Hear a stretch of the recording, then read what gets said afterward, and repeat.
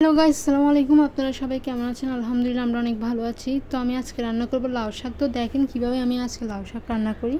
অবশ্যই পুরো ভিডিও দেখবেন, দেখে কিন্তু অবশ্যই কমেন্ট করতে বলবেন যে আমার লাউ শাক রান্নাটা কেমন হয়েছে। তো লাউ শাকগুলো আমি আগে থেকে পরিষ্কার করেছি, পরিষ্কার করে কেটে দিয়ে পরিষ্কার করে দেন আমি একটা হাঁড়িতে পরিমাণ মতো পানি দিয়ে লাউ শাকগুলো দিয়ে একটু ভাপিয়ে নিয়েছি। তো ভাপিয়ে নেওয়ার পর তারপর চুলাটা বন্ধ করে দিকে আমি আরেকটা হাঁড়িতে করে পরিমাণ মতো আমি দিয়ে দিলাম তেল। তারপর দিয়ে দিলাম পেঁয়াজ রসুন, এগুলো দেওয়ার পর একটু হালকা ভালো করে নেড়েচেড়ে কিছুক্ষণ সময় যেন একটু ভেজে নিচ্ছি। তারপর দিয়ে 5-6টা শুকনো মরিচ দেওয়ার পর একটু ভালো করে নেড়েচেড়ে নেব।